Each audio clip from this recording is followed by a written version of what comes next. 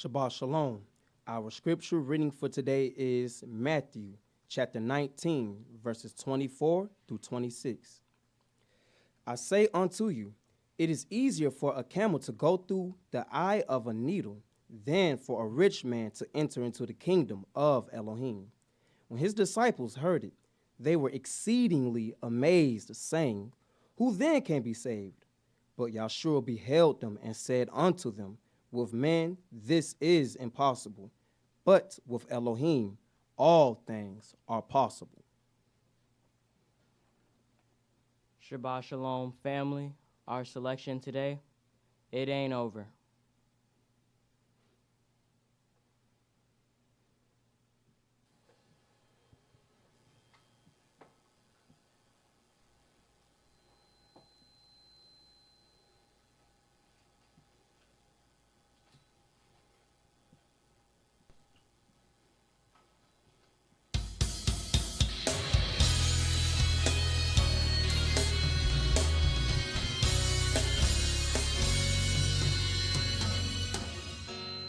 I know the odds look stacked up against you,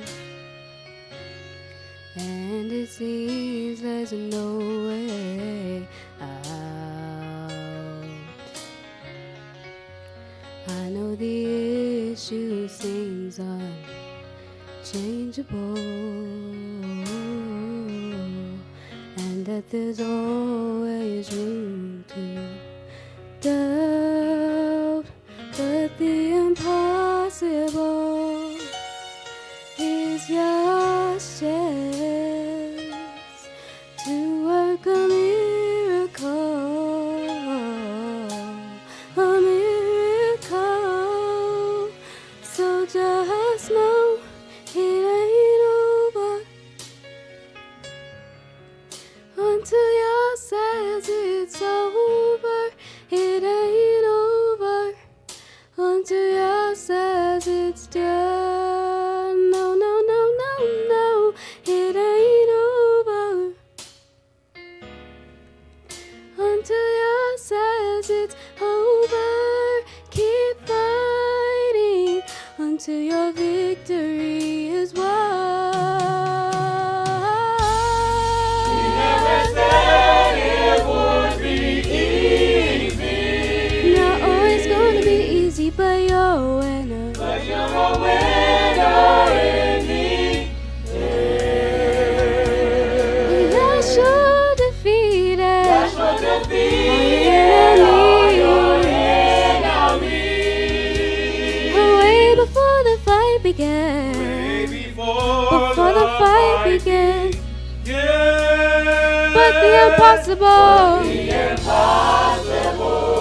It's Yah's opportunity to show up and work a miracle. A miracle.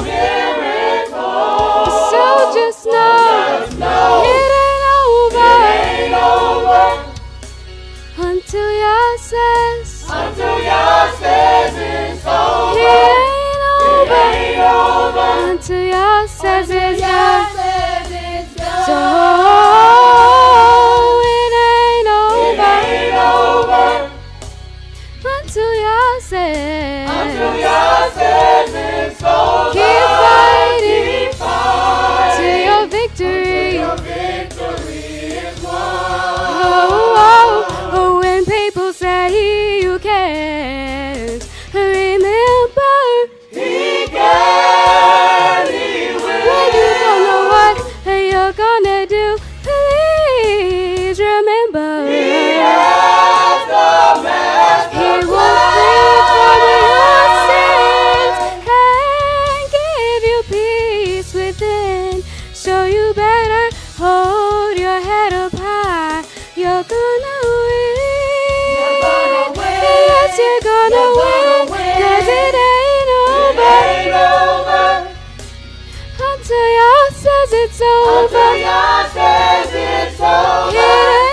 It ain't over until Yah says so.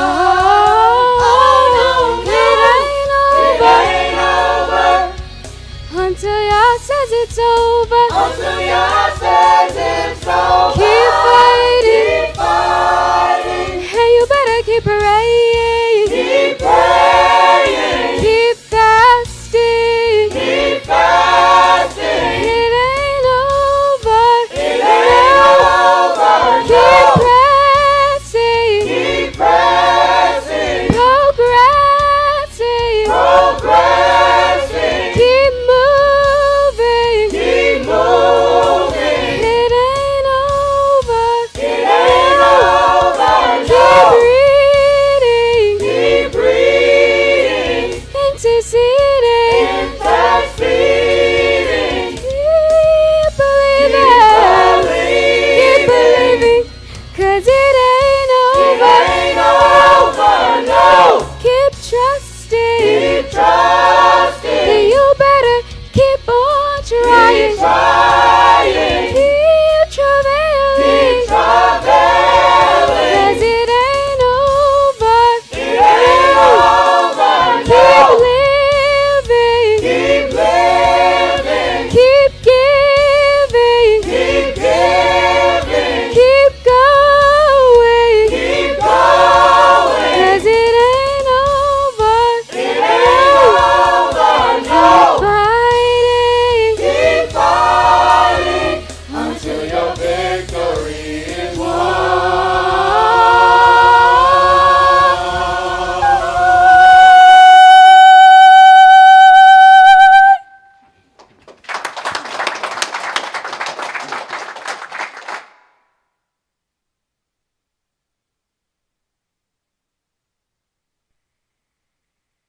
A message to a nation. Talks of having no law, boasters of vanities, material possessions and lies, curses and blindnesses upon us, the so-called Negro eyes. Our people, lusting, seeking worldly pleasures, following the customs after a nation so vain. Traditions of man bring temporary pleasures, but Yahweh's everlasting, torturing pain. Traditions and customs of man, none of which our forefathers knew. Halloween, Thanksgiving, Christmas, New Year's, Valentine's, just to name a few. All of these holidays stem from pagan worship and have the origins of man. All are against the laws of Yahweh, who forbade us to learn not the way of the heathen, while being temporarily captives in this land. Jeremiah chapter 10, verses 1 through 5. Yahweh tells us that the customs of the people are vain, cutting down a tree of the forest, decking it with silver and gold. The so-called Negro is still so bold enough to follow after these pagan customs that Yahweh told us that are vain. A warning to the so-called Negro, a man so untamed. Find an encyclopedia, dictionary, any reference book, open it and read. Read about the customs and origins of these holidays. All are pagan indeed. Read it for yourself, then think of the commandment Yahweh gave to man. Thou shalt not have other gods before me. One of the many commandments to keep throughout generations to stand. Black man, African American, so-called Negro, who you claim to be? Lost in a nation, miseducated in a land so-called liberty. Read Deuteronomy chapter 28, blessings and curses, warnings to our forefathers of the past. Their disobedience to Yahweh brought upon the 400 years of curses, soon to pass. Read the books of the prophets, the New Testament and Revelations, redemption of our people foretold. To redeem from virgin daughter of Babylon's stronghold. Waiting patiently to be redeemed, waiting patiently for the return of our great King. Yahshua the Messiah is his name, not Jesus, a Greek god who the nations give the fame. So black man, African American, whoever you claim to be, humble and read for yourself. Learn your true identity.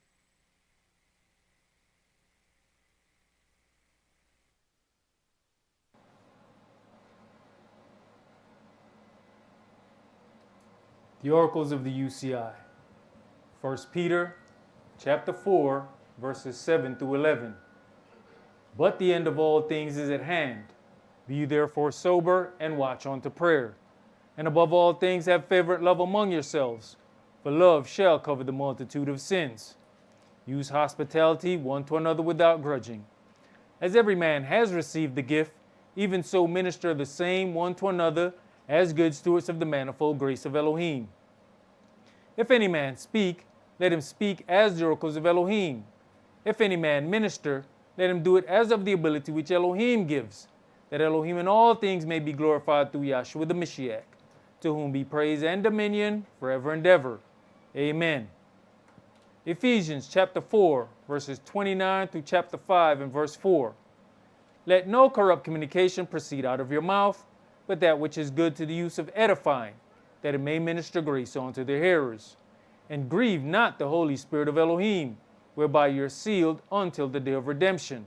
Let all bitterness and wrath and anger and clamor and evil speaking be put away from you with all malice. And be you kind one to another, tender-hearted, forgiving one another, even as Elohim for Yahshua's sake has forgiven you. Be you therefore followers of Elohim, as their children, and walk in love, as the Mashiach also have loved us, and has given himself for us an offering and sacrifice to Elohim for a sweet-smelling savor. But fornication, and all uncleanness, or covetousness, let it not be once named among you as become saints. Neither filthiness, nor foolish talking, nor jesting, which are not convenient, but rather giving of thanks. Ecclesiastes chapter 5, verses 1 and 2. Keep your foot when you go to the house of Elohim, and be more ready to hear than to give the sacrifice of fools, for they consider not that they do evil.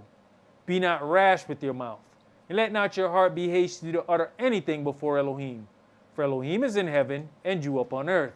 Therefore, let your words be few. Exodus chapter 23, verses 20 and 21. Behold, I send an angel before you to keep you in the way, and to bring you into the place which I have prepared. Beware of him, and obey his voice. Provoke him not, for he will not pardon your transgressions, for my name is in him. Revelations chapter 3, verses 20 through 22. Behold, I stand at the door and knock. If any man hear my voice and open the door, I will come into him and will sup with him, and he with me. To him that overcomes will I grant to sit with me in my throne, even as I have also overcame and am sat down with my Father in his throne. He that has an ear, let him hear what the Spirit says unto the churches. All right, Shabbat Shalom. Shabbat Shalom. Which is peace on Yahweh's holy feast day that we are gathered together to keep a holy convocation for. These are days that Yahweh has set apart for himself. These are days that Yahweh has said are holy. And when you listen to the poem, the whole part about dealing with the cultures of man and the things that have been given unto us, we have to aggressively make a step out of that line to be able to walk in the things that Yahweh has given unto us, because the nations understand that it is not profitable for them if we walk in culture. So everything that the nations give us is going to pull us out of our culture one way or another, because it is in those things that they make merchandise of us. They can't make money off of us if we follow our own culture. Everything about their culture is about money. A whole lot of the holidays that we keep, we think that they are, something that people have really set up in their heart. Man, they know, okay, it's about time to make some money. So holidays were placed in certain intervals so that they said, look, the books ain't looking good. We need a holiday like right about here. So they placed certain days. If they didn't have a holiday, they made one up. Some of them don't even make any sense whatsoever. But I tell you what, they make a lot of dollars. They may not make sense, but they make a whole lot of dollars. And they put those things in there, and we spend a cajillion dollars. And it is all about them making money. And we get pulled into those things. So once it becomes a staple of our community, now there's emotional attachment to the ways. So now we have emotional attachment to the ways of the adversary, the devil. This is why you understand when Yahweh made this building block and started his family on earth with Abraham, he says, I know him, that he will command his children. That he will command his children and his household after him. What are you talking about? I know when I show him my way, he ain't going to negotiate. He's not going to do, he's going to make sure that his household operates in this way. And if we're going to walk in the culture that Yahweh has given unto us, we have to make a decision. What are we going to stand for? And what are we not going to stand for?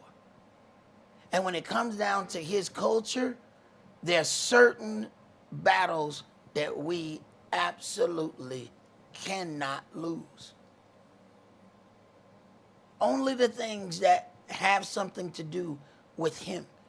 And when we talk about the days, especially these holy days, you have to consider something. It's 3 times in the year that all males make an appearance. And the most disrespectful, the most disobedient on this planet, the adversary, the devil, show up.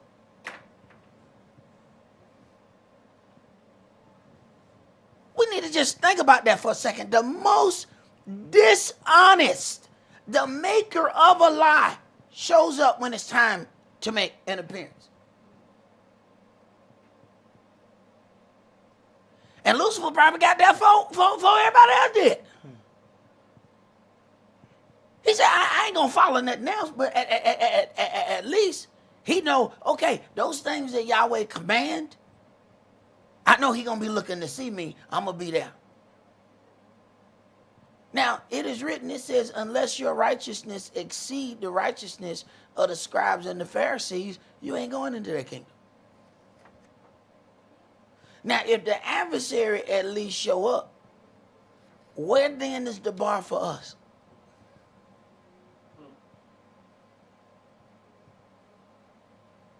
Your bar sure can't be where his bar at. If your bar is at the same place that Lucifer, you go ahead and just stop what you're doing, go ahead and jump in the lake now. Yahshua says, you got to exceed them. Let's begin tonight's sermon in Leviticus chapter 23. And we're going to read verses 33 through 44.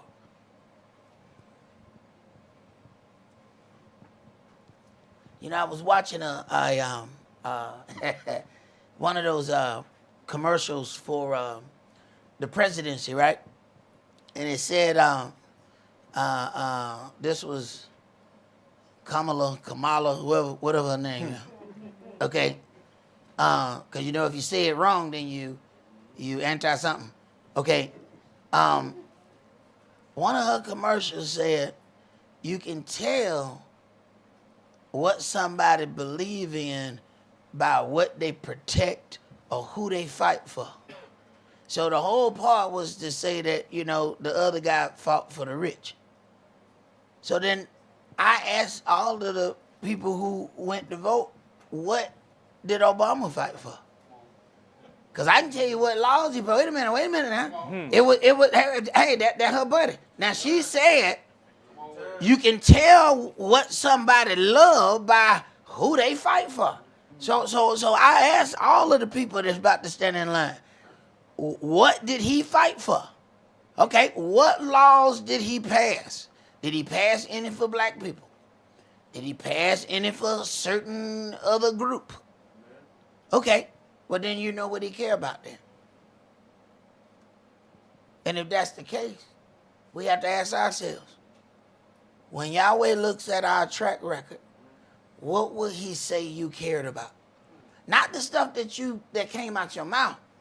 No. What did you fight for? See, caring about something and being willing to fight for it is something altogether different. See, a lot of people care until it gets rocky. They don't care no more then. They care as long as everything is smooth sailing. But almost anything worth having in this life is never going to be 100% smooth sailing, I can tell you that. Leviticus 23, let's start at verse 33. And Yahweh spake unto Moshe, saying, Speak unto the children of Israel, saying, The 15th day of this 7th month shall be the Feast of Tabernacles for 7 days unto Yahweh. On the first day shall be an holy convocation. You shall do no servile work therein. 7 days you shall offer an offering made by fire unto Yahweh. On the 8th day shall be an holy convocation unto you, and you shall offer an offering made by fire unto Yahweh. It is a solemn assembly, and you shall do no servile work therein. These are the feasts of Yahweh which you shall proclaim to be holy convocations, to offer an offering made by fire unto Yahweh, a burnt offering and a meat offering, a sacrifice and peace offerings, everything upon his day. Besides the Shabbats of Yahweh, and besides your gifts, and beside all your vows, and beside all your freewill offerings, which you give unto Yahweh. Also in the 15th day of the 7th month, when you have gathered in the fruit of the land, you shall keep a feast unto Yahweh 7 days. On the first day shall be a Shabbat, and on the 8th day shall be a Shabbat. And you shall take you on the first day the boughs of goodly trees, branches of palm trees, and boughs of thick trees, and willows of the brook, and you shall rejoice before Yahweh your Elohim 7 days. And you shall keep it a feast unto Yahweh 7 days in the year. It shall be a statute forever in your generations. You shall celebrate it in the 7th month. You shall dwell in booths 7 days. All that are Israelite born shall dwell in booths, that your generations may know that I made the children of Israel to dwell in booths. When I brought them out of the land of Egypt, I am Yahweh your Elohim. And Moshe declared unto the children of Israel the feasts of Yahweh. Yeah, and Moshe declared unto the children of Israel the feasts of Yahweh. These are what is important unto your Elohim. The same Elohim who brought you out of captivity, these are the days that are important unto him. I want you to read the definition of tabernacle. From H5521, Sukkah. Feminine of H5520, a hut or lair. Booth, cottage, covert, pavilion, tabernacle, tent. So then he brings the children of Israel out and have them to gather in these tents. So that one of the things that the children of Israel have to learn how to trust in Yahweh. See, we get really complacent once we have a permanent situation. Yahweh wants us to learn how to trust him in wherever he moves us to. Brother, read the verse in the next note. Joshua 24 and verse 13. And I have given you a land for which you did not labor, and cities which you built not, and you dwell in them. Of the vineyards and olive yards which you planted not, you did eat. So we have to first understand where he's going to deal with us at. What are the things that we're putting our time and energy in? He says, when you go in here, I've given you a land for which you did not labor, cities that you did not build, vineyards and olive yards that you did not plant. What is our focus on? Let's go to Amos chapter 5.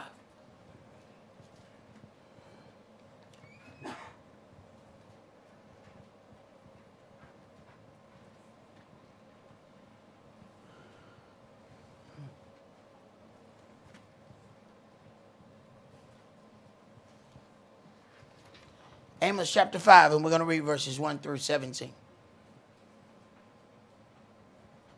Hear you this word, which I take up against you, even a lamentation, O house of Israel.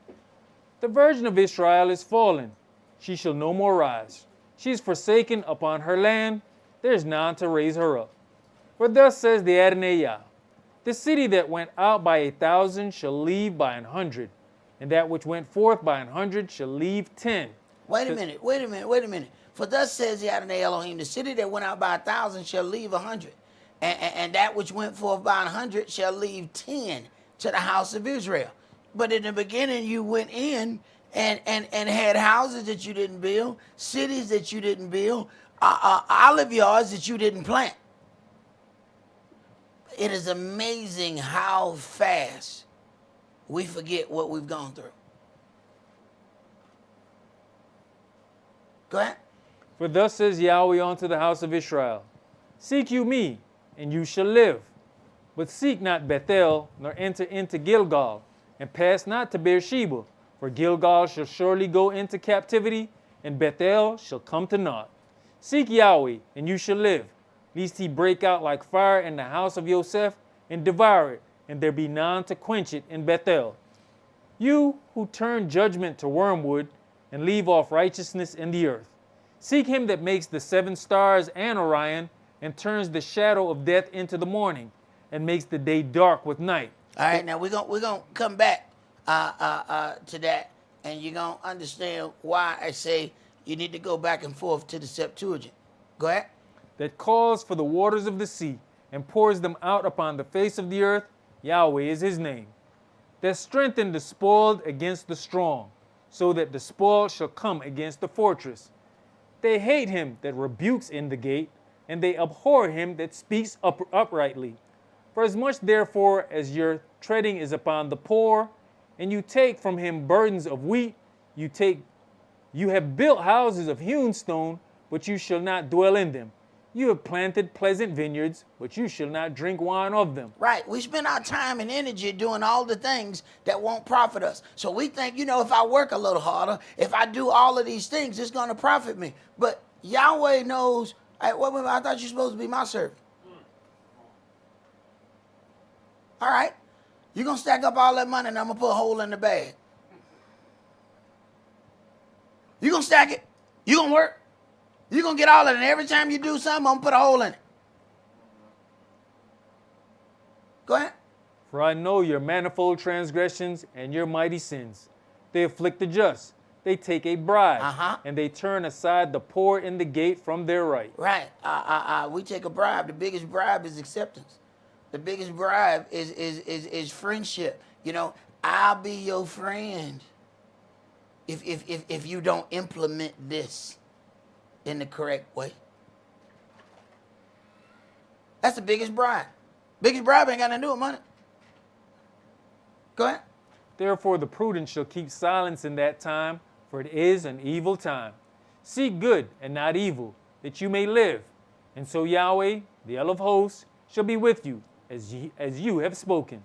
Hate the evil and love the good, and establish judgment in the gate. It may be that Yahweh Elohim of hosts will be gracious unto the remnant of Yosef. If you hate the evil and love the good and establish judgment, everybody not going to like you. So at some point, you got to make a decision. Not only is everybody not going to like you, everybody not just going to like you, not like you like at your job. Everybody not going to like you in your house. How you going to establish judgment in the gate and everybody like you? Was everybody singing Yahshua's name when he turned over them tables? Who sung Yahshua? What song about Yahshua? Who even heard he turneth over tables? Who heard that song? Where that song at? Where that song at? I ain't heard it. No. But they sung songs about Dawid as he comes back. Saul his thousands, Dawid is 10,000. Wait a minute. The people got personal benefit from his activity.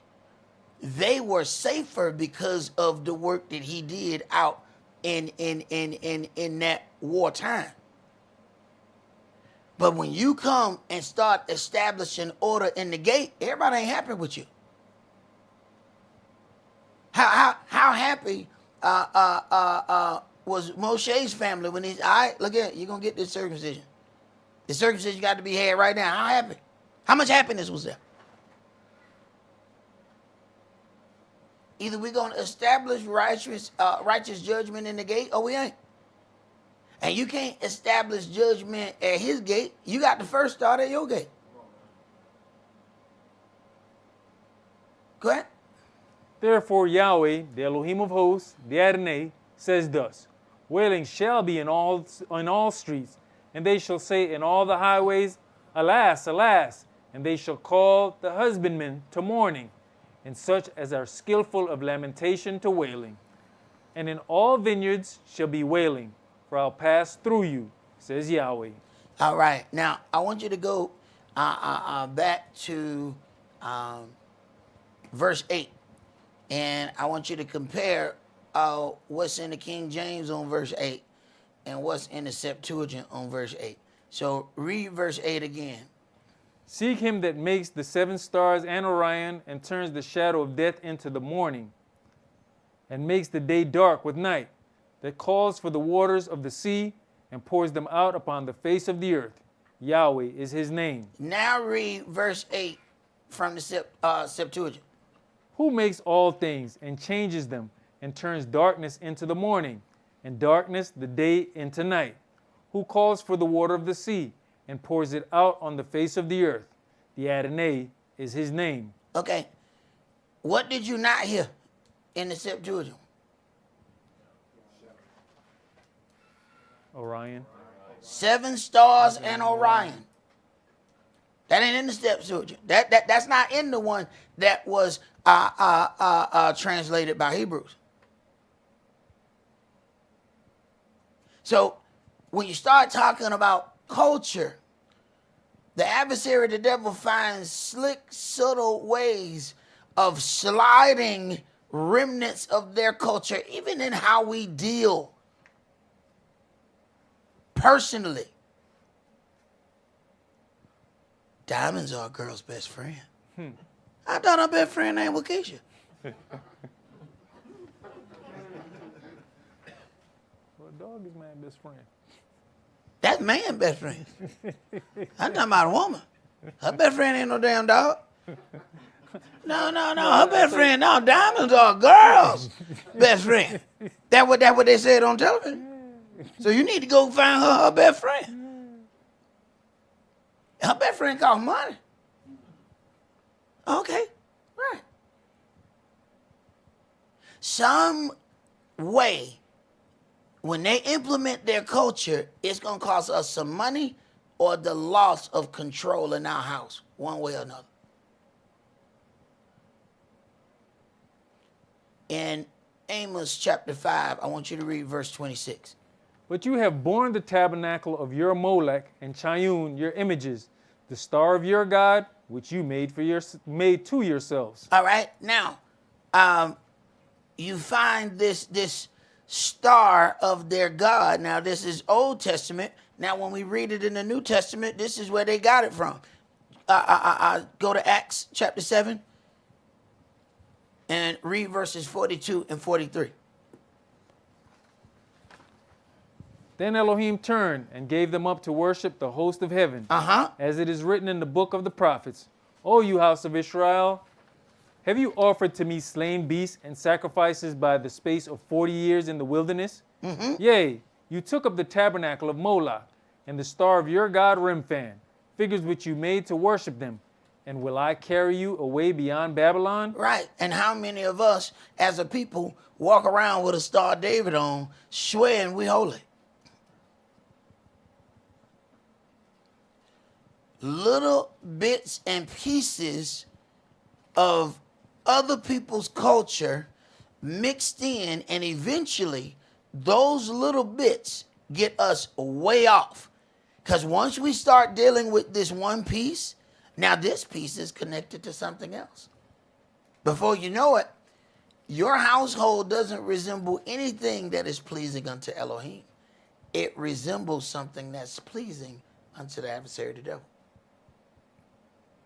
Let's go to Deuteronomy chapter 31.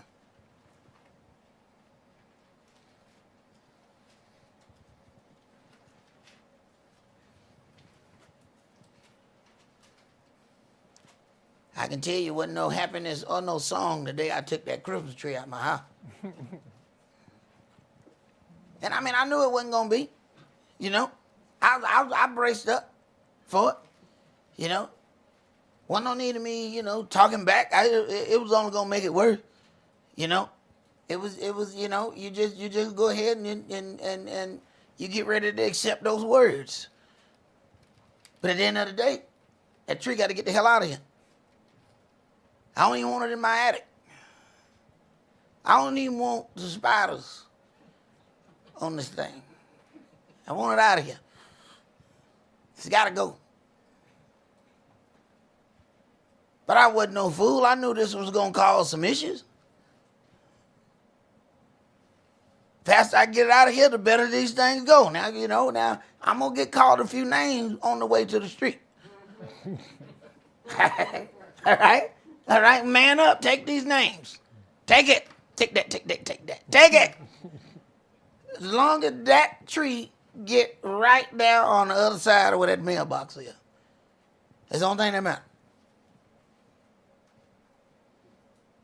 And at the end of the day, everybody okay. Just not today. But everybody okay. Deuteronomy 31, and let's start that at verse 9. And Moshe wrote this law and delivered it unto the priests, the sons of Levi, which bear the ark of the covenant of Yahweh, and unto all the elders of Israel. And Moshe commanded them, saying, at the end of every 7 years, in the solemnity of the year of release, in the Feast of Tabernacles, when all Israel is come to appear before Yahweh your Elohim in the place which he shall choose, you shall read this law before all Israel in their hearing. Gather the people together, men and women and children, and your stranger that is within your gates, that they may hear, and that they may learn, and fear Yahweh your Elohim, and observe to do all the words of this law. So, every 7 years, gather them together and let them hear the law. Because Israel has a forgetful ear. He says men, women, and children. Correct? And that their children, which have not known anything, may hear and learn to fear Yahweh your Elohim, as long as you live in the land, whether you go over Jordan to possess it. And Yahweh said unto Moshe, behold, your days approach that you must die. Call Yahshua, and present yourselves in the tabernacle of the congregation, that I may give him a charge. And Moshe and Yahshua went and presented themselves in the tabernacle of the congregation. And Yahweh appeared in the tabernacle in a pillar of a cloud, and the pillar of the cloud stood over the door of the tabernacle. And Yahweh said unto Moshe, behold, you shall sleep with your fathers, and this people will rise up and go a-whoring after the gods of the strangers of the land, whether they go to be among them, and will forsake me, and break my covenant which I have made with them. Now, we don't consider everything that we deal with to come from other gods. See, a lot of the cultures that we pick up, or the ways that we pick up, we just saw that on television. We didn't know that it was another god. Because these items have been disguised. You know, when we buy us some Nike shoes, we're just buying some shoes. Till you get them ones that got the wings right down the end. And there was some cats walking around with that. They charged them dudes $200 for them wing shoes. Then you realize, oh, that's straight that God right there. Then you realize most of their products are about the worship of gods. So then some of the ways that we pick up that we think are just personal things that we like, that's directly connected to the worship of other gods. When he says, you weeping for Tammuz, it wasn't something that we bought or did. No, he says that whole action is what they do for that God. Go ahead. Then my anger shall be kindled against them in that day, and I'll forsake them, and I'll hide my face from them, and they shall be devoured. And many evils and troubles shall befall them, so that they will say in that day, are not these evils come upon us, because our Elohim is not among us? And I'll surely hide my face in that day for all the evils which they shall have wrought, in that they are turned unto other gods. Now therefore write you this song for you, and teach it the children of Israel. Put it in their mouths, that this song may be a witness for me against the children of Israel. Let me tell you something. Israel can't remember nothing else. But I tell you what, We remember every song. He said, you know what, man, these people hard to hear. I tell you what, teach you something. Go ahead, drop that beat. Drop the beat. Let's go ahead and let's get some judgment on the track. Run that back. Right. He know hip people. He know hip people. He said they ain't remember nothing else, but they gonna remember this song. Go ahead. For when I shall have brought them into the land which I swear unto their fathers, that flows with milk and honey, and they shall have eaten and filled themselves, and waxen fat, then will they turn unto other gods and serve them, and provoke me and break my covenant. And it shall come to pass, when many evils and troubles are befallen them, that this song shall testify against them as a witness, for it shall not be forgotten out of the mouths of their seed. For I know this their imagination which they go about, even now, before I have brought them into the land which I swear. Moshe therefore wrote this song the same day and taught it the children of Israel. And he gave Joshua the son of Nun a charge, and said, Be strong and of a good courage, for you shall bring the children of Israel into the land which I swear unto them, and I'll be with you. Now, it's amazing when you start to examine the cultures of other individuals and they start telling you that they have all of these rituals, and on this day they sing this song, and on this day they have this chant.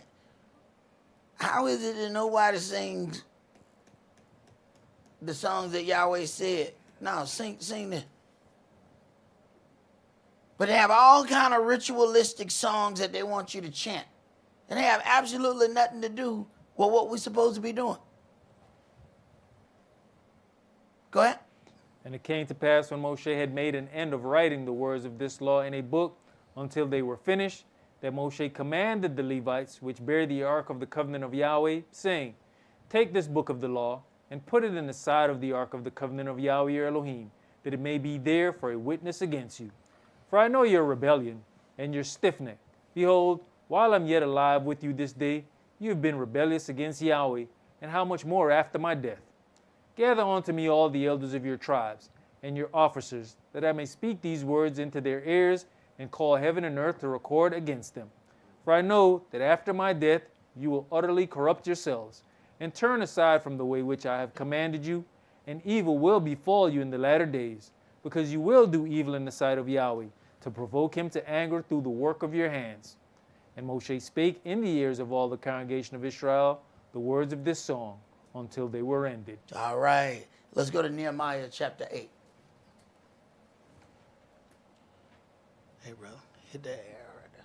Turn that off. Yeah.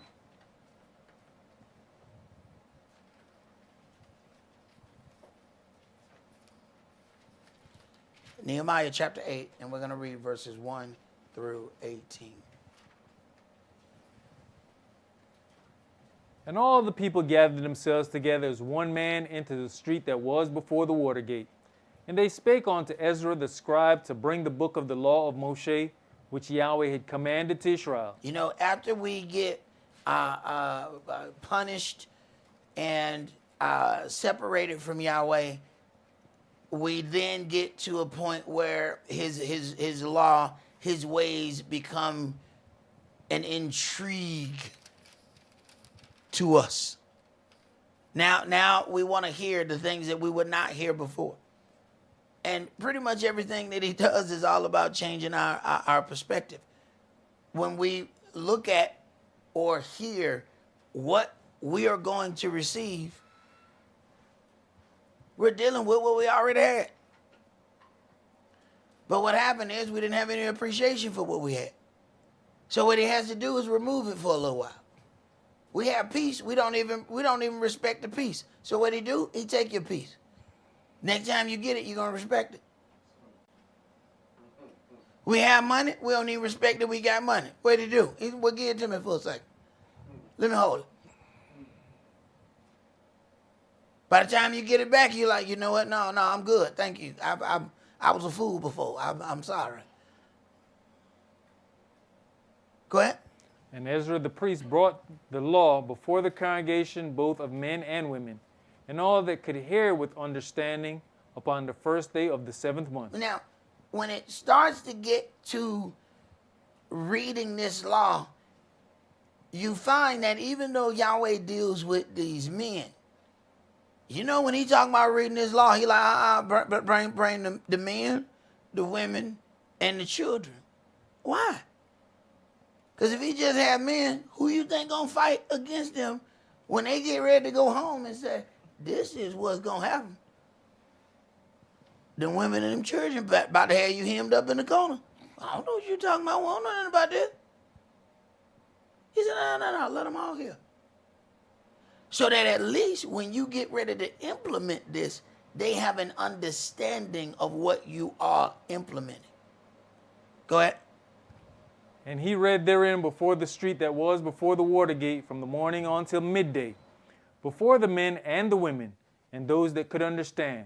And the ears of all the people were attentive unto the book of the law. Mm-hmm. And Ezra the scribe stood upon a pulpit of wood, which they had made for the purpose. And beside him stood Mattithiah, and Shemaiah, and Ananiah, and Uriah, and Hilkiah, and Messiah on his right hand, and on his left hand Pedaiah, and Mishael, and Malchiah, and Hashem, and Hashbaddanah, and Zechariah, and Meshullam. And Ezra opened the book in the sight of all the people, for he was above all the people. And when he opened it, all the people stood up. And Ezra blessed Yahweh, the great Elohim, and all the people answered, Amen, Amen, with lifting up their hands, and they bowed their heads and worshipped Yahweh with their faces to the ground. There's one part about this that we don't even have any inkling of a thought about, because we're so spoiled in all of the things that we have. It says they opened the book.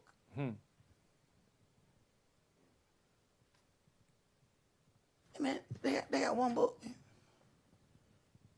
They got one book. So there's no situation about all of these people being able to follow along or hear. All of these people don't have the ability to do that, okay? They got to listen to what he's saying.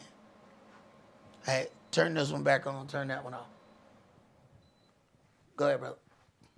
Also Yeshua, and Bani, and Sherebiah, Yamin, Akub, and Shabbathiah, Hadiah, Messiah, Kelida, Azariah, Yozabad, Hanan, Peliah, and the Levites caused the people to understand the law, and the people stood in their place. So they read in the book in the law of Elohim distinctly, and gave the sense, and caused them to understand the reading. Mm-hmm. And Nehemiah, which is the Tershita, and Ezra the priest, the scribe, and the Levites that taught the people, said unto all the people, This day is holy unto Yahweh Elohim. Mourn not, nor weep. For all the people wept when they heard the words of the law. Why would the people weep when they hear the words of the law? No, they ain't been keeping it. They know what they ain't doing.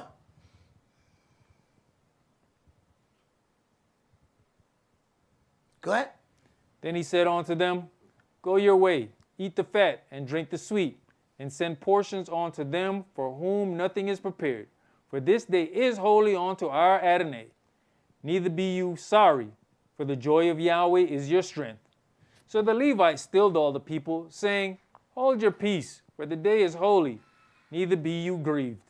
And all the people went their way to eat, and to drink, and to send portions, and to make great mirth, because they had understood the words that were declared unto them. And on the second day were gathered together the chief of the fathers of all the people, the priests and the Levites, unto Ezra the scribe, even to understand the words of the law. And they found written in the law which Yahweh had commanded by Moshe, that the children of Israel should dwell in booths in the feast of the 7th month, and that they should publish and proclaim in all their cities and in Jerusalem, saying, Go forth onto the mount, and fetch olive branches, and pine branches, and myrtle branches, and palm branches, and branches of thick trees, to make booths, as it is written. Right, verse 15, and they should publish and proclaim in all their cities and in Jerusalem, saying, Go forth onto the mount and fetch olive branch. If you fetching it, you going to get it and bring it back. See, we have problems where we go in the woods but then don't come back out. You fetch it, you go get the branches, and then you bring it back and build your booths. Go ahead. So the people went forth and brought them and made themselves booths, every one upon the roof of his house, and in their courts, and in the courts of the house of Elohim, and in the street of the water gate, and in the street of the gate of Ephraim.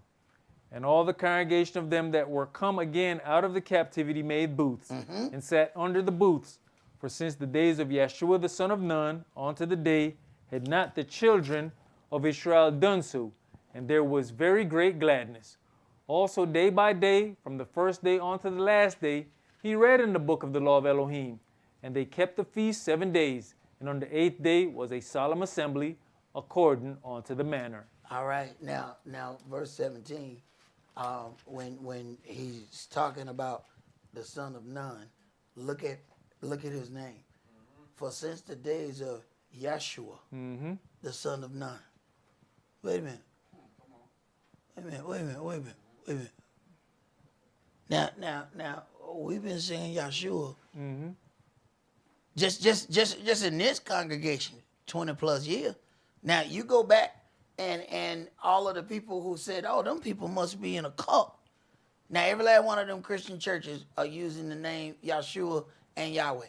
The very ones who had all of those negative comments to say. So at what point does the culture of your Elohim override what the status quo is? What point do you decide? Do we have to wait 20 years until it become cool? Because wearing the beard wasn't cool 20 years ago. I was told, why you do that to your face?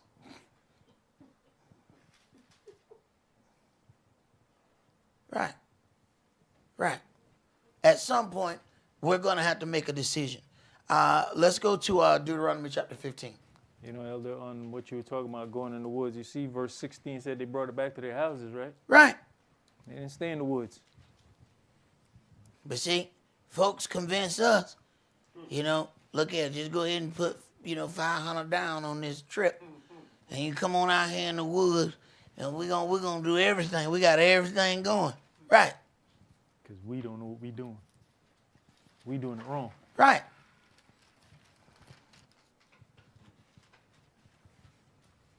Deuteronomy chapter 15. And let's read verses 1 through 18. At the end of every 7 years, you shall make a release. Now, wait a minute. Now, you already said that 7 years you're gonna go through this law. Okay? So now he's got something else going on that he obviously wants us to understand because he keeps exercising this at intervals. Go ahead. And this is the manner of the release. Every creditor that lends aught unto his neighbor shall release it.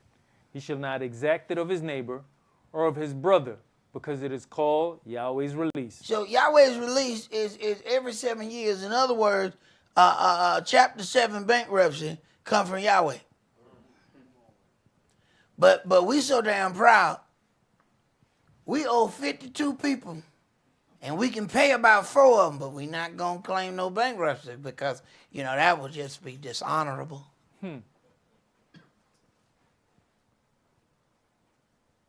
Go ahead.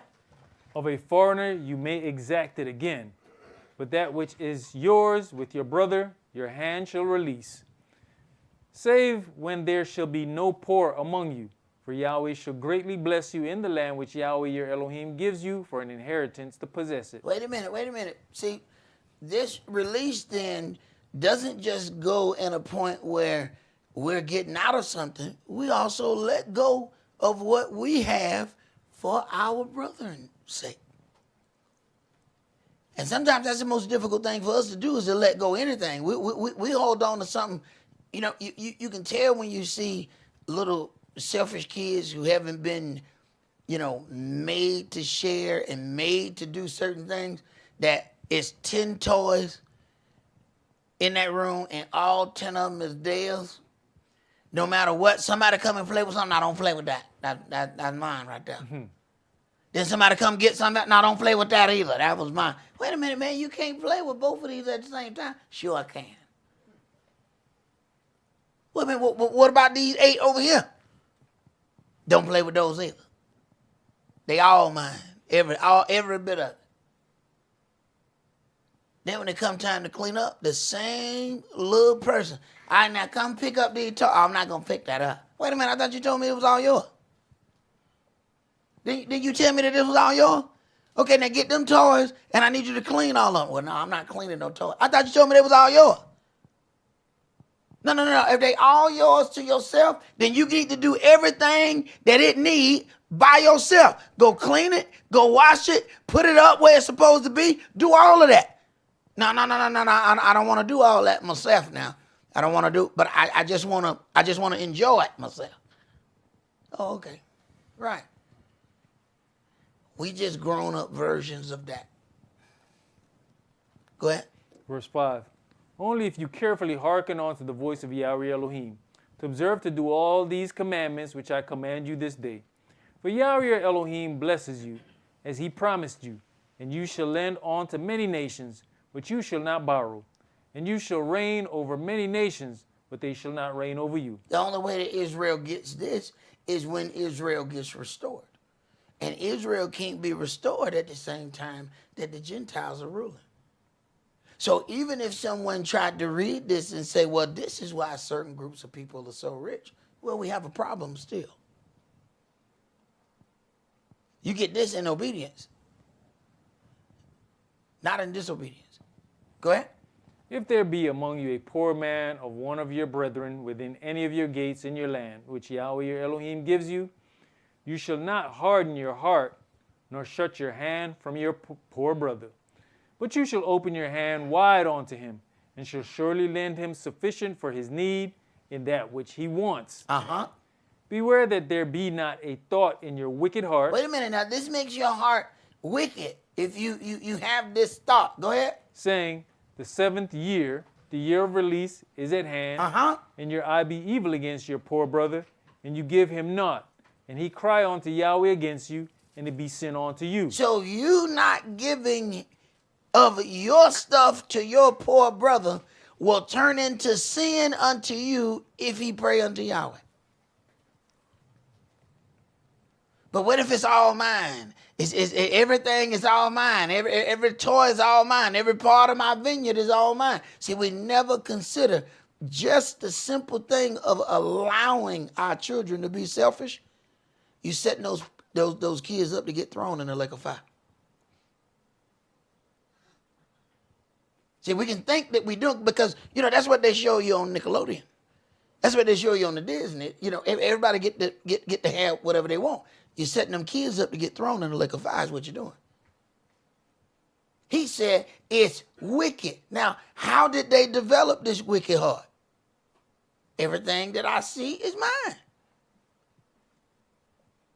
That may just look like a little spoiled brat when it's little, but it grew up to be a grown man or a grown woman fit for the fire. Go ahead. You shall surely give him, and your heart shall not be grieved when you give it unto him, because that for this thing Yahweh Elohim shall bless you in all your works and in all that you put your hand unto. For the poor shall never cease out of the land. Therefore I command you, saying, you shall open your hand wide unto your brother, to your poor and to your needy in your land. And if your brother, an Hebrew man or an Hebrew woman, be sold unto you, and serve you 6 years, then in the 7th year you shall let him go free from you. And when you sendeth him out from you, you shall not let him go away empty. You shall not let him go away empty. What do you mean? You shall not let him. He can't even tell you, no, man, no, I'm good. No, you're not. Go ahead. You shall furnish him liberally out of your flock and out of your floor and out of your winepress. You think the selfish gonna do that? See? You think and you think it has something to do about what we have? No, the richest ones are gonna be the stingiest ones. It ain't about what they have. It was about how they was allowed to grow up and not care about anybody else. It ain't got nothing to do with what they got. Go ahead. Of that wherewith Yahweh your Elohim has blessed you, you shall give unto him. Yeah, but what if you don't look at it as Yahweh's blessing? Maybe you look at it as Yahweh's responsibility. It was his responsibility to give you that. Now you have a wicked thought in your heart against your brother, but you feel justified. Go ahead. And you shall remember that you was a bondman in the land of Egypt, and Yahweh your Elohim redeemed you. Therefore I command you this thing today. You know, one of the things that we forget the most is when we were in a bad situation. Somebody can come and save us out of a situation, and we so happy, and then something happened where we have the opportunity to help somebody, and we go right past them folks. Wait a minute, you remember? You don't remember? You don't remember that? You don't remember? That be you right there. How you? Right. Now, we've grown up in selfishness. We were taught selfishness. Go ahead. And it shall be, if he say unto you, I will not go away from you, because he loves you, and your house, because he is well with you. The only way he's going to do that is if you treated him right. Go ahead. Then you shall take an awl, and thrust it through his ear unto the door, and he shall be your servant forever. And also unto your maidservant you shall do likewise. It shall not seem hard unto you, when you sendeth him away free from you, for he has been worth a double hired servant to you, in serving you 6 years. And Yahweh your Elohim shall bless you in all that you doeth. It shall not seem hard unto you. Well, that means your heart has to be conditioned. It shall not seem hard unto you. When it feels difficult, this is the part where you should say, all right, there's something wrong in my heart. There's certain little points that you should say, this don't feel right in here. Why am I having a hard time doing right unto my brother? Why am I having a hard time doing right unto my sister? There's something I need to deal with in here. And sometimes that's the hardest statement to make. It's real easy to say, you know what, that brother got something he need to deal with in here. The hardest thing to say is, I got something to deal with in here. But it's pleasing unto your Elohim when you do. Go ahead, praise. You know, Elder, when you look at verse 18, for he has been worth a double hired servant to you. You know, probably wouldn't make any sense, but you're not realizing that because he's a Hebrew, Yahweh's blessing him, and he's in turn blessing you. So that's that double blessing. But what if you count it as just the responsibility, or you just count it as normal? You know, it's like we hear sometimes when people say, when you look at the heathen and they say, man, you know, they have, you know, white privilege, that, hey, things will happen for them. You know, it don't seem like white privilege to them. It's just white expectation. It's only privilege to us looking over there on the other side. But once you've gotten it so long, it's not even listed as privilege anymore. It's regular. So when what they have deemed regular is missing, oh my God, they are going to have a fit. Because it's not even privilege anymore. Even that which is privilege that you think you are doing to help somebody, after you do it so long, they are now expecting it. And they are expecting it regardless of how they treat you. Yahweh deal with it for a little bit, and then he cut everything up under you. He tolerates it for a little bit, but he lets you know his blessings have stipulations. Let's go to Leviticus chapter 25.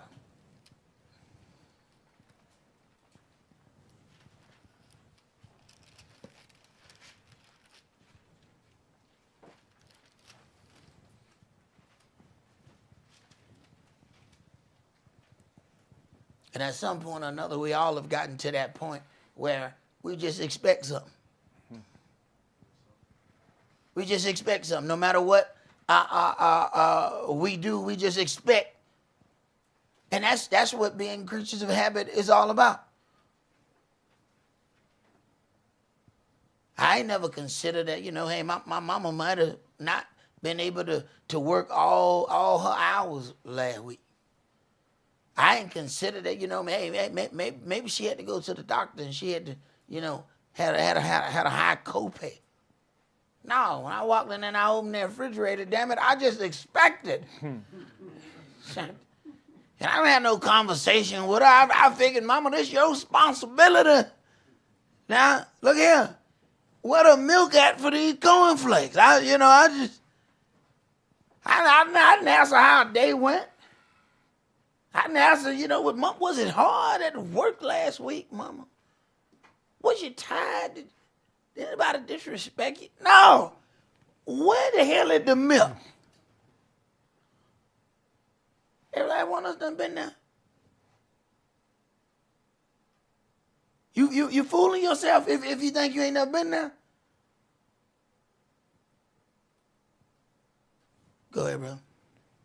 And Yahweh spake unto Moshe in Mount Sinai, saying, Speak unto the children of Israel, and say unto them, When you come into the land which I give you, then shall the land keep a Shabbat unto Yahweh. Mm-hmm. 6 years you shall sow your field, and 6 years you shall prune your vineyard, and gather in the fruit thereof. See, this is why it says, the earth waits for the manifestation of the sons of Elohim. How much rest you think the earth done got?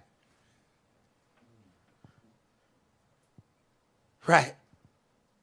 Well, man, the earth is being greatly polluted. Go ahead. But in the 7th year shall be a Sabbath of rest unto the land, a Shabbat for Yahweh. You shall neither sow your field nor prune your vineyard. That which grows of its own accord of your harvest you shall not reap, neither gather the grapes of your vine undressed, for it is a year of rest unto the land. Now, wait a minute now.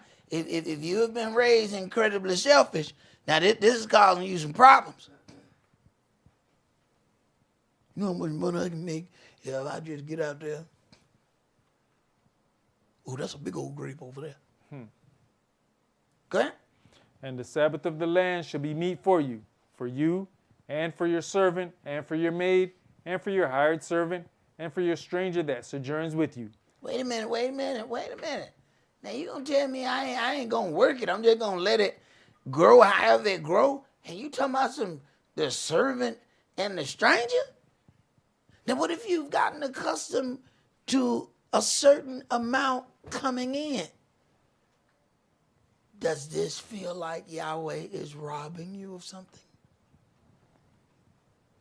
Are you now angry with your Elohim? Go ahead. And for your cattle, and for the beasts that are in your land, shall all the increase thereof be meat. And you shall number 7 Shabbats of years unto you, 7 times 7 years, and the space of the 7 Shabbats of years shall be unto you 49 years. Then shall you cause the trumpet of the Jubilee to sound on the 10th day of the 7th month, in the day of atonement shall you make the trumpet sound throughout all your land. And this is the Jubilee trumpet that Yahshua's going to blow that makes everybody go home. See, when it starts talking about dealing with the daughter of Babylon, it says all the mingled people that are in the midst of her go back. Everybody has somewhere to go except us. You can talk about these immigrants down the street. You can talk about all them people. Every last one of those groups know where they're going. Go ahead. And you shall hallow the 50th year, and proclaim liberty throughout all the land unto all the inhabitants thereof. It shall be a jubilee unto you, and you shall return every man unto his possession, and you shall return every man unto his family. Right. You shall return every man unto his family. Then Yahweh gonna have to speak up for us. Because who you think letting millions of people in their country? Who you think gonna open the door? You know what, man? You know, I've been watching BET. Y'all be dancing tonight. Y'all come on in there. You think that gonna happen? Go ahead. At Jubilee shall that 50th year be unto you. You shall not sow, neither reap that which grows of itself in it, nor gather the grapes in it of your vine undressed. For it is the Jubilee, it shall be holy unto you. You shall eat the increase thereof out of the field. In the year of this Jubilee, you shall return every man unto his possession. If you return him unto his possession, you're returning him unto his land and his family. See, Yahweh's not causing any issue when he destroyed Babylon, because nobody was giving it. Everybody came to it from somewhere else. He loses absolutely nothing. Not one family loses their possession. Even by their own accord. We discovered it. He wasn't but a few people here. We discovered it. So he can't totally destroy a bunch of people's homeland and then tell them to go home. Daughter Babylon don't belong to nobody. He can completely destroy it and then tell everybody to go home. And everybody got somewhere to go. Now he gonna have to make our spot. Go ahead. And if you sell aught unto your neighbor, or buy aught of your neighbor's hand, you shall not oppress one another. According to the number of years after the Jubilee, you shall buy of your neighbor, and according unto the number of the years of the fruits, he shall sell unto you. According to the multitude of years, you shall increase the price thereof, and according to the fewness of years, you shall diminish the price of it. For according to the number of the years of the fruits does he sell unto you. You shall not therefore oppress one another, but you shall fear your Elohim, for I am Yahweh your Elohim. Wherefore you shall do my statutes and keep my judgments, and do them, and you shall dwell in the land in safety. And the land shall yield her fruit, and you shall eat your fill, and dwell therein in safety. And you shall say, What shall we eat the 7th year? Behold, we shall not sow, nor gather in our increase. Then I will command my blessing upon you in the 6th year, and it shall bring forth fruit for 3 years. And you shall sow the 8th year, and eat yet of old fruit until the 9th year. Until her fruits come in, you shall eat of the old store. The land shall not be sold forever, for the land is mine. For you are strangers and sojourners with me. And in all the land of your possession, you shall grant a redemption for the land. If your brother be waxen poor, and has sold away some of his possession, and if any of his kin come to redeem it, then shall he redeem that which his brother sold. And if the man have none to redeem it, and himself be able to redeem it, then let him count the years of the sale thereof, and restore the overplus unto the man to whom he sold it, that he may return unto his possession. Right. We're supposed to be in a position that we can redeem our land for our brethren, so that they don't lose their possession. Go ahead. But if he be not able to restore it to him, then that which is sold shall remain in the hand of him that has bought it until the year of Jubilee. And in the Jubilee it shall go out, and he shall return unto his possession. And if a man sell a dwelling house in a walled city, then he may redeem it within a whole year after it is sold. Within a full year may he redeem it. You know, when you start getting right down to it, Yahweh said, the land is mine. You are only having use of the land. You don't get to sell it. You don't get to do all of these things with it. You are strangers and sojourners with me. It's his. Do we ever get to the point where we have something so long that we forget that it doesn't belong to us? You ever loan somebody something and you have to borrow it back? Because they done had it so long that they actually discussing with you. Like, well, look, man, I don't know, bro. I got to do such and such. Hey, bro, you done forgot that mine, right? You do know that mine, right? I mean, you asking me to negotiate with you for my stuff. I mean, you done had it for a while, and you actually believe that this is yours. the earth and the fullness therein belongs to Yahweh. He gives us stuff, but understand, that's still his stuff. We done had some stuff so long that we counting it. It's mine, it's mine, it's mine. No. That's mine. That's mine.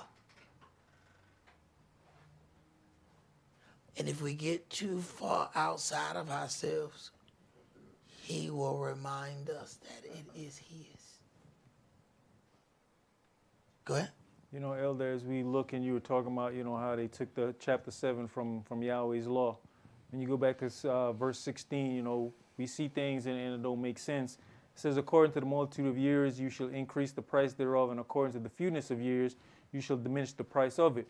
When you go in the grocery store, when something coming closer to the expiration date, don't the price drop? Uh-huh.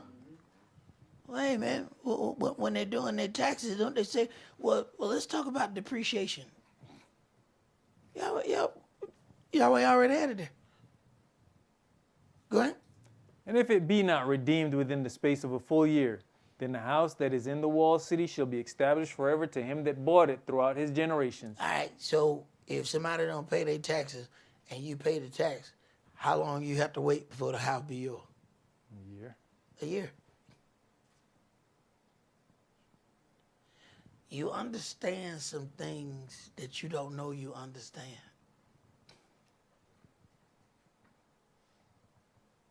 Go ahead. It shall not go out in the jubilee. But the house of the villages which have no wall round about them shall be counted as the fields of the country. They may be redeemed, and they shall go out in the jubilee. Notwithstanding, the cities of the Levites and the houses of the cities of their possession may the Levites redeem at any time. Uh-huh. And if a man purchase of the Levites, then the house that was sold and the city of his possession shall go out in the year of jubilee. For the houses of the cities of the Levites are their possession among the children of Israel. Now, one of the things you have to pay attention to is Yahweh is establishing the greatness of the Jubilee. He is establishing all of the freedom that's going to happen. All of the possessions that the people are going to be able to acquire again. How do y'all think we got to the point of loving the heathen days? You got a slave who's been mistreated every day, every hour of the day. And come December 25th, all of a sudden, Massa happy. He's singing. The overseer don't even come out in the field. You go in the field and you're looking like, shouldn't we be picking something? They're not even coming out there. They tell you, get on out this field. It's Christmas. Let me tell you something. A slave learned to love Christmas. I don't care nothing about what you heard. Slave learned to love Christmas. Our folks will fight you over Christmas. Slave ain't got one gift, but let me tell you something. Not getting his tail whooped and not working was an amazing gift. They could have wrapped that up. Here you go sit down. I don't know how you wrap this, master, but this is wonderful. When you done been worked to the bone, so they formulate even their horrific ways to a point where it looks profitable unto us. Now, you do that for a couple of generations, and the people are now looking forward to that pagan, heathen day. And they ain't getting nothing from it but a rest. Go ahead, bro. Leviticus chapter 25 and verse 34. But the field of the suburbs of their cities may not be sold, for it is their perpetual possession. And if your brother be waxen poor, and fallen in decay with you, then you shall relieve him, yea, though he be a stranger or a sojourner, that he may live with you. Now, wait a minute. Now, so now we got to share space. Wait a minute. That we'll share money for we share space. Wait a minute. Now, no. See this living room. See, I don't know about that, but see, you see this living room? Uh-huh. See, I done already. You see this living room? Yeah. So see this one right here. Now, I know where everything at. And here, you see that stain on the carpet? I put that there. Wait a minute. Yahweh make you deal with some things. It never does occur to us that that's not all your stuff. Wait a minute. So he go to the field. Now he come to, wait a minute. If your brother be waxing poor and fall in decay with you, then you shall relieve him. Now, how many other places we done already said, I'm going to build me a gazebo over there, and I'm going to build me a such and such over there. I'm going to have me a 4-car garage back here, just to tinker with some things. So I'm just going, I don't even have no purpose for this. I just like to tinker. So I just got me some tinker tools. And these just tools I just tinker around with stuff. But your brother homeless. But you got a tinker tool shed. Okay. Go ahead. Take you no interest of him or increase, but fear your Elohim, that your brother may live with you. That your brother may live with you. Let's go to Deuteronomy chapter 16.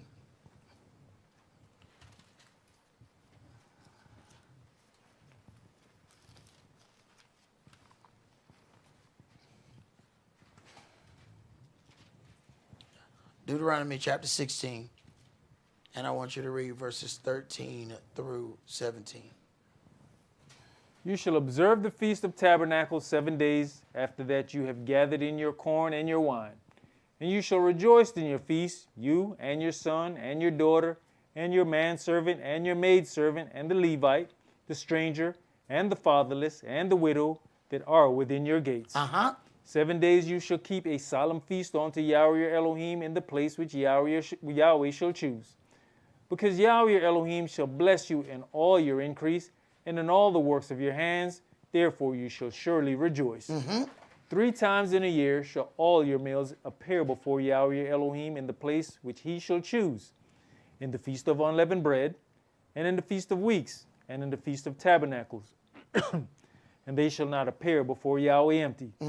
Every man shall give as he is able, according to the blessing of Yahweh your Elohim, which he has given you. According to the blessing of Yahweh your Elohim, which he has given you.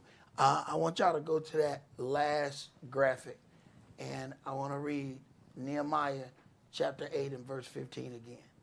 It says, and that they should publish and proclaim in all their cities and in Jerusalem, saying, go forth unto the mount and fetch olive branches, pine branches, myrtle branches, and palm branches, and branches of thick trees to make booths, as it is written, so that the children of Israel remember that he made us to dwell in booths when we came out of Egypt. Think about all of these individuals who have fine homes. He said, go make you a tent.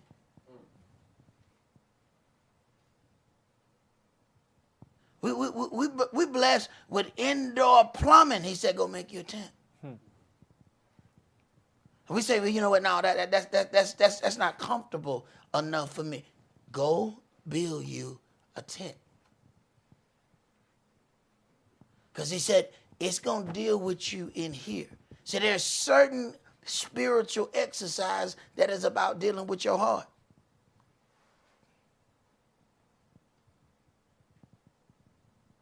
Yahweh know what he's doing.